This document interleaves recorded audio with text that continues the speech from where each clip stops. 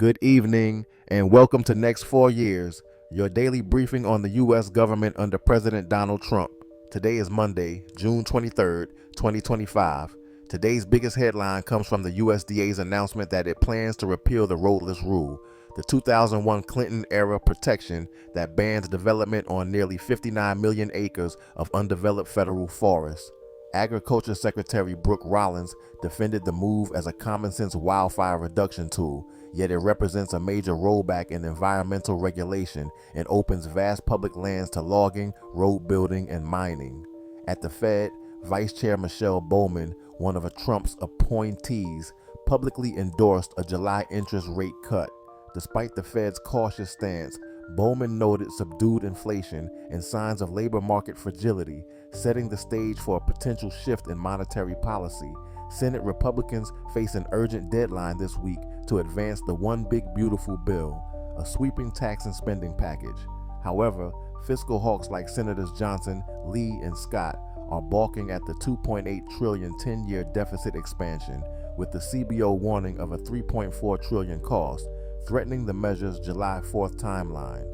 In a move expanding immigration enforcement authority, the Supreme Court cleared the way for the Trump administration to deport migrants to third countries without prior risk evaluations, restoring aggressive deportation tactics aimed at speeding up removals.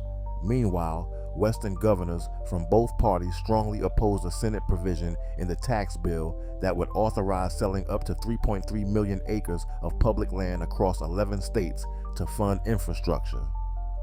Alarmed conservationists and state leaders held protests in Santa Fe, warning of irreversible damage to shared American ecosystems. In response to escalating conflict in the Middle East, Trump urged boosted U.S. oil production to counter rising prices following missile strikes from Iran and its threats in the Strait of Hormuz. While oil briefly spiked, a Reuters Ipsos poll found widespread public concern about a widening war, signaling growing unease over the administration's heavy-handed policies. Finally, Health Secretary RFK Jr. will address the Gavi Vaccine Alliance Summit today, even as the Trump administration continues to scale back global health funding, a move raising concern among U.S. and international health experts. Tonight's briefing highlights a sweeping rollback of environmental safeguards, major shifts in monetary and budget policy, renewed enforcement of immigration laws via judicial backing, land use battles, energy policy tied to foreign conflict, and U.S. retreat from global health commitments.